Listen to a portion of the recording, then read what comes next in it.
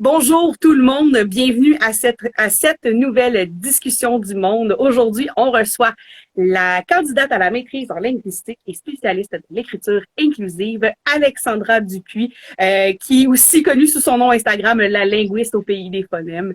Donc bonjour Alexandra, merci beaucoup d'être avec nous aujourd'hui. Allô, mais merci de m'avoir invitée, ça me fait vraiment plaisir. Donc, aujourd'hui, en fait, l'objectif de notre rencontre, c'est de découvrir c'est quoi l'écriture inclusive, c'est quoi aussi la science de la linguistique, parce que c'est une science. Oui. Hein? Et puis, jaser un peu là, de tout ça, de cet univers-là, de toi, pourquoi tu as choisi cette spécialité-là.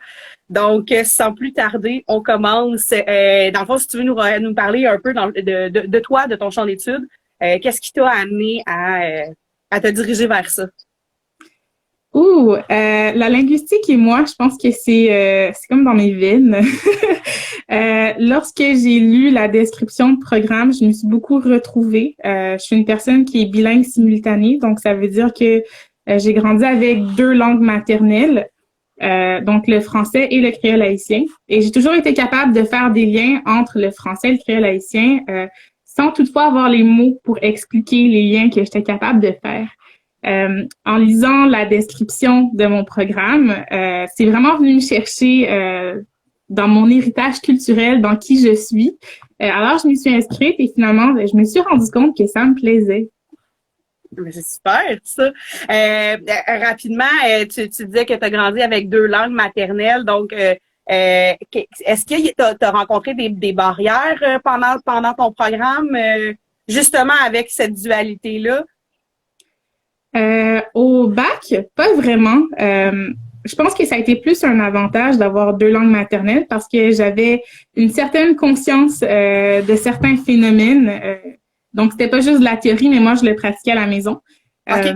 Puis, ça m'a aussi permis d'être vraiment opportuniste dans mes projets de recherche et d'aller faire tous mes projets de recherche, tous mes travaux, en fait, au bac, sur le créole haïtien. Donc, okay. J'ai pu apprendre plus sur ma langue. C'était vraiment c'était une belle expérience. Ah, c'est super, ça. Dans mon introduction, je parlais que tu étais spécialiste de l'écriture inclusive. Qu'est-ce qui t'a amené à choisir cette spécialité-là dans le fond, puis en fait, qu'est-ce que ça signifie de l'écriture inclusive? J'essayais d'expliquer aux élèves tantôt, puis j'étais pas capable.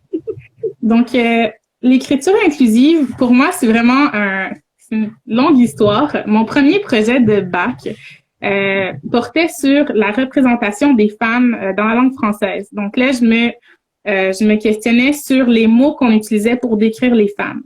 À la fin de mon bac, j'ai eu un projet de recherche à faire et je l'ai fait sur la féminisation des noms de métiers, des titres de fonction en français. Donc là, on passait des mots pour décrire les femmes à comment on représente les femmes dans les mots. Okay. Et l'écriture inclusive, c'est vraiment la continuité de la féminisation. Donc, c'est vraiment représenter tout le monde dans les mots. Okay. C'est ça. Sinon, l'écriture inclusive, ça dépend d'à qui tu poses la question. Au Québec, le QLF désigne l'écriture inclusive comme une manière d'écrire qui va représenter tout le monde indépendamment de son genre. Donc, par exemple, plutôt que de dire les professeurs et les professeurs avec un E, on va dire le corps professoral. Okay. De cette manière, on inclut tout le monde, mais on n'a aucune indication du genre des personnes auxquelles on fait référence. Mais en France, du moins les institutions un peu plus officielles, quand ça a commencé de leur côté, disaient que l'écriture inclusive, c'était une manière de représenter de manière équitable les hommes et les femmes dans le discours. Okay. Donc là, on utilisait plus les doublons ou certaines autres stratégies qui représentent les hommes et les femmes. Ouais. OK. Rapidement, tu as mentionné l'OQLF. Est-ce que tu es capable de m'expliquer c'est quoi cet acronyme? C'est l'Office québécois de la langue française. Okay. Donc, est-ce que tu veux que j'explique c'est quoi?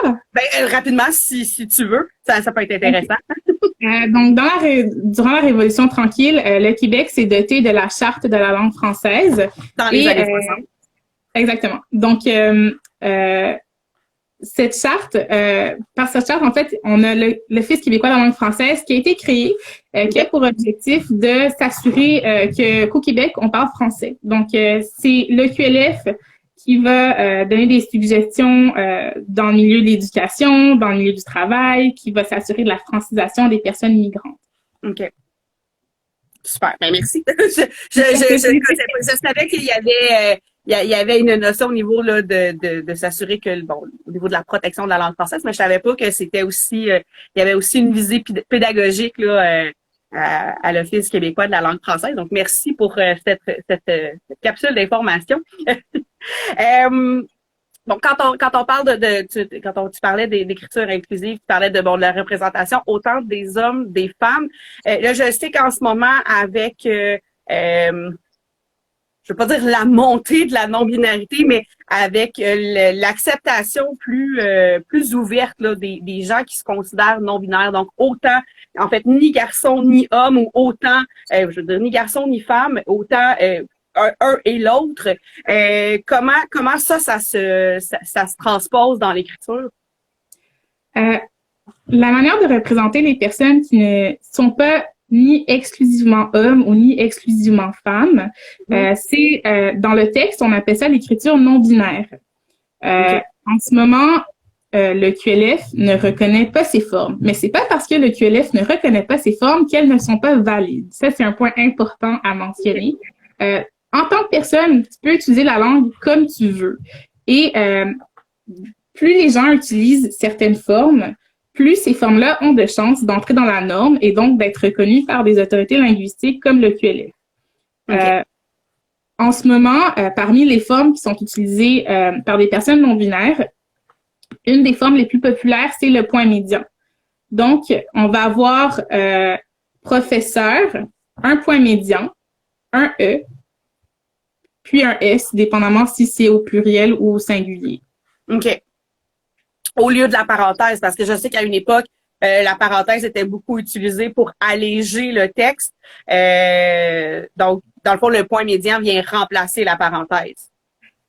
Oui et non, ça dépend. Okay. En fait, en ce moment, ce qu'on observe, c'est qu'il y a beaucoup de formes qui sont utilisées, mais il y en a qui commencent à être plus utilisées que les autres. Donc, oui, le point médian est plus utilisé, mais il n'a pas encore totalement remplacé la parenthèse.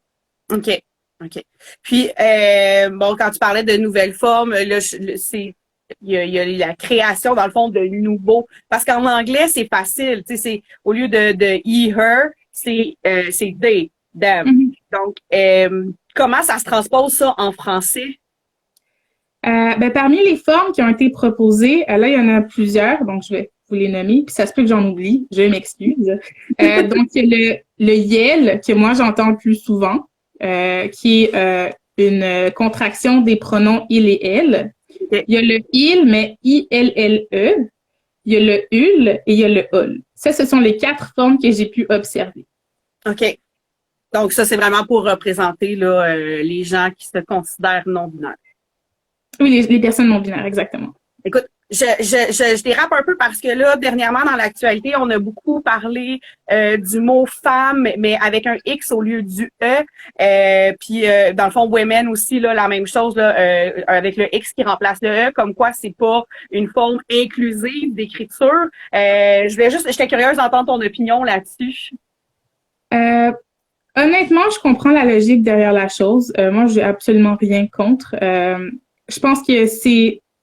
En fait, pour les personnes qui ne sont pas au courant, le débat autour du woman X et du femme avec un X, c'est que on vient mettre dans le même panier des personnes non binaires et des femmes.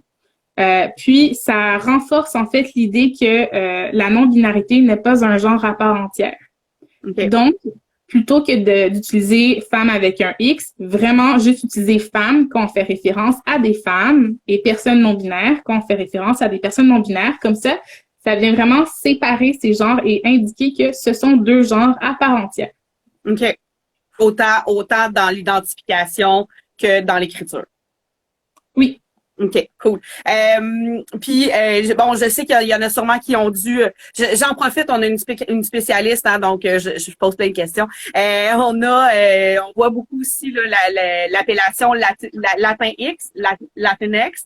Dans le fond, je sais là qu'à une époque, ça a été créé pour justement être plus inclusif. Est-ce que tu es capable de nous expliquer rapidement c'est quoi exactement l'utilisation du X dans cette appellation-là? Donc, en espagnol, ce qui est très intéressant, c'est que le masculin est indiqué par le O et le féminin est indiqué par le A.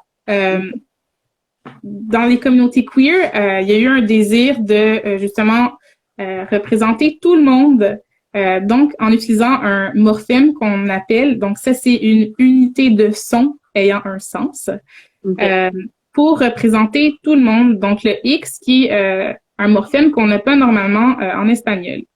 Par contre, il y a une des formes que j'ai pu observer qui revenait un peu au X, qui est le A commercial. Donc, c'est le A commercial représente à la fois le A, qui est le féminin, et le O par la coquille qui entoure le A. Donc, qui représente également le O. OK. Ah, c'est super intéressant. Merci. Écoute, bon, tu sais, on a parlé des pronoms, on a parlé de la non-binarité. Justement, j'étais curieuse.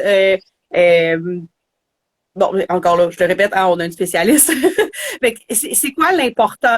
En fait, pourquoi la communauté queer, la communauté non-binaire, mise tant sur la part, en fait, l'inclusion de ces nouveaux pronoms-là, de l'utilisation, en fait, des bons pronoms pour représenter l'identité de genre. Je sais pas si c'est quelque chose dont tu es capable de nous parler. Mais pour moi, c'est la base du respect, reconnaître qu'une personne existe, c'est vraiment la base. C'est un peu, j'aime ça comparer à ton prénom. Donc, c'est comme si à tous les jours, on m'appelait Alexandre. La première fois, ça te dérange un peu, mais tu passes à travers. Sauf qu'ici, à tous les jours, quelqu'un m'appelle Alexandre. Tous les jours de ma vie, je vais pas me sentir bien, je vais pas me sentir respectée, je vais pas sentir qu'on valide en fait mon existence. Okay. C'est exactement ça l'importance du pronom, c'est reconnaître l'existence de l'autre, la respecter, la représenter. C'est vraiment la base. Non, mais c'est parfait, mais merci. C'est pour ça que je trouvais important de poser la question justement pour démystifier un peu cette notion-là là, de l'utilisation des pronoms. En terminant ma liste de questions plus officielles, je voulais savoir, bon, parce que en présentation, tu nous disais que tu avais deux langues maternelles. Donc, de ce que je comprends, c'est que tu as des origines haïtiennes. Donc, pour toi, si tu avais un message à adresser à nos élèves, aux gens qui nous écoutent, en lien avec la diversité, en lien avec l'ouverture à l'autre, en lien avec le respect de l'autre, ça serait quoi? En fait, j'aurais deux messages. Le premier message, c'est moi qui est un peu plus, je travaille dans le milieu de l'éducation, donc j'ai un parti pris. Croyez en vos rêves. Et puis, comme vraiment, n'ayez pas peur de vos rêves. Si vous avez envie de faire quelque chose, faites-le.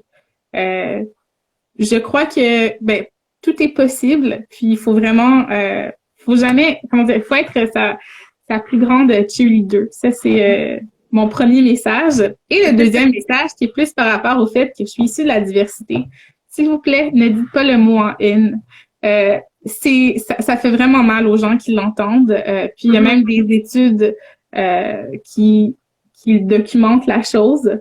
Donc, faut vraiment pas l'utiliser. C'est même à la blague, ça fait quand même mal, peu importe le contexte dans lequel on l'utilise. Super, merci. Écoute, avant de passer à mes questions en rafale, parce que j'ai encore de la misère à faire la différence. Puis pourtant, on me l'a dit, on me l'a répété, j'ai bientôt 40 ans, en fait, pas bientôt, dans 3 ans, là. Mais tu sais, je suis dans la deuxième moitié de ma trentaine et j'ai encore de la misère à faire la différence entre langue et langage. Moi, j'ai tendance à dire ma langue maternelle, c'est le français, ma langue seconde, c'est l'anglais, même si c'est pas mal maintenant les deux langues très usuelles. Mais c'est quoi la différence entre la langue et le langage? Donc, en linguistique, la différence entre langue et langage, c'est que le langage, c'est une capacité cognitive qui est propre à l'humain, à l'être humain. Donc, ça va être le fait que nous, on a des composantes dans notre cerveau qui font en sorte qu'on est capable de communiquer. La langue, c'est lorsqu'un groupe de personnes, comme on va dire au Québec, s'entend sur les formes qui vont composer le code dans lequel on va communiquer. OK. Le langage, c'est une capacité qui est cognitive, alors que la langue, c'est un contrat en tant que société qu'on met en place pour pouvoir communiquer entre nous. OK. Donc, exemple, les gorilles qui ont appris la langue des signes, ça veut dire qu'ils ont une composante dans leur cerveau qui leur permet d'apprendre un langage. Et dans le fond, comme ici au Québec, on parle tous le français. Donc, ensemble, on a décidé que la langue serait le français. C'est ça? Oui et non. Pour les animaux, c'est quelque chose de très compliqué. Les gens dans la littérature ne s'entendent pas sur le fait que les primates, par exemple, auraient la composante du langage. OK. Mais donc, le fait que moi, je suis capable, en fait, bébé, j'ai appris à parler, ça, c'est la composante. Dans le fond, c'est la composante physique de mon corps qui fait en sorte que je suis capable de parler. Puis la langue que je parle, c'est la langue que je parle. Exactement. Donc, c'est le contrat social. OK, c'est bon. Je devrais être capable de m'en souvenir. Donc, la linguistique, c'est la science de la langue. Non. Non, du langage. Oui. Vraiment proche. Je vais finir par m'en souvenir puis par l'apprendre. Donc, rapidement, on finit avec des questions en rafale, certaines provenant des élèves, d'autres de moi. Si tu t'es pas à l'aise de répondre, tu dis passe. C'est bon? Parfait. Donc, les élèves voulaient savoir l'âge des intervenants que j'allais rencontrer. Tu peux nous la donner en dizaines si t'es pas à l'aise. Ou juste passer. J'ai 27 ans. Super. Es-tu plus Netflix ou Disney+? Netflix. Là, ça, c'est ma question technicienne en loisir. C'est quoi ton loisir préféré? Ouh, prendre des photos. Oh, j'aime ça, moi aussi. Pizza ou pâté chinois? Ouf, aucun des deux. Aucun des deux, ben, non, mais c'est correct, ton repas préféré? Des pâtes. Les pâtes? OK. Ensuite, si tu pouvais rencontrer une personne morte ou vivante, ça serait qui? Et pourquoi?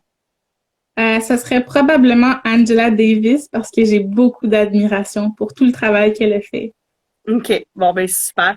Ben écoute, c'est déjà tout pour nous. C'était super intéressant, vraiment pertinent. Je sais pas s'il y avait des choses que tu voulais rajouter avant qu'on se quitte. Non, ben ça va. Ben, je vous souhaite une bonne fin de dîner. Super, merci. Donc, encore une fois, merci beaucoup, Alexandra, d'être venue nous expliquer rapidement c'est quoi l'écriture inclusive, c'est quoi la science du langage.